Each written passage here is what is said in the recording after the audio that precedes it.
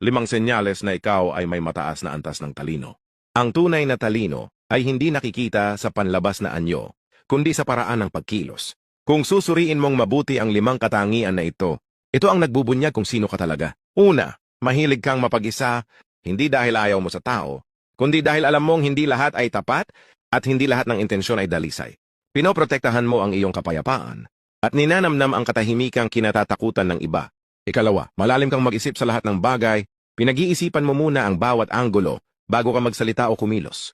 Hindi ito pag-aalinlangan, ito ay pagpili mong maging maingat at tumpak sa lahat ng gagawin mo. Ikatlo, mabilis mong nababasa ang pagkatao, hindi ka madaling maloko.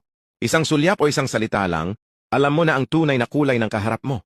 Napapansin ng kutob mo ang mga bagay na nakakaligtaan ng karamihan. Ika-4, hindi ka basta-basta nagtitiwala, marami ka nang nakitang peke, para maniwala sa unang pakitang tao. Ang tiwala mo ay kailangang paghirapan, kaya maliit lang ang iyong sirkulo dahil kalidad ang hanap mo, hindi dami. Ika-5, ginagamit mo ang sakit para lumago.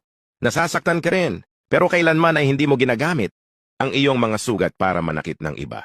Hindi ka naggaganti dahil alam mong ang paggaganti ay tanda ng kahinaan. Pinipili mong magpatawad at patuloy na magbago.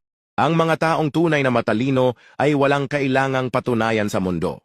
Ang kanilang mga gawa ay tahimik, ngunit ang kanilang pag-unlad ang pinakamalakas na patutuo. 5 senyales na ikaw ay may mataas na antas ng talino. Ang tunay na talino ay hindi nakikita sa panlabas na anyo, kundi sa paraan ng pagkilos. Kung susuriin mong mabuti ang 5 katangian na ito ang nagbubunyag kung sino ka talaga. Una, mahilig kang mapag-isa, hindi dahil ayaw mo sa tao, kundi dahil alam mong hindi lahat ay tapat at hindi lahat ng intensyon ay dalisay. Pinoprotektahan mo ang iyong kapayapaan at ninanamnam ang katahimikang kinatatakutan ng iba. Ikalawa, malalim kang mag-isip sa lahat ng bagay, pinag-iisipan mo muna ang bawat anggulo bago ka magsalita o kumilos.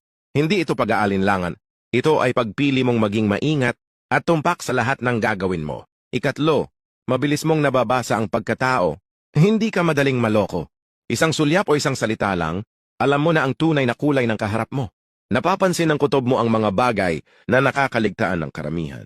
Ika-4, hindi ka basta-basta nagtitiwala, marami ka nang nakitang peke, para maniwala sa unang pakitang tao. Ang tiwala mo ay kailangang paghirapan, kaya maliit lang ang iyong sirkulo dahil kalidad ang hanap mo, hindi dami. Ika-5, ginagamit mo ang sakit para lumago. Nasasaktan ka rin, pero kailanman ay hindi mo ginagamit ang iyong mga sugat para manakit ng iba. Hindi ka naggaganti dahil alam mong ang paggaganti ay tanda ng kahinaan. Pinipili mong magpatawad at patuloy na magbago. Ang mga taong tunay na matalino ay walang kailangang patunayan sa mundo.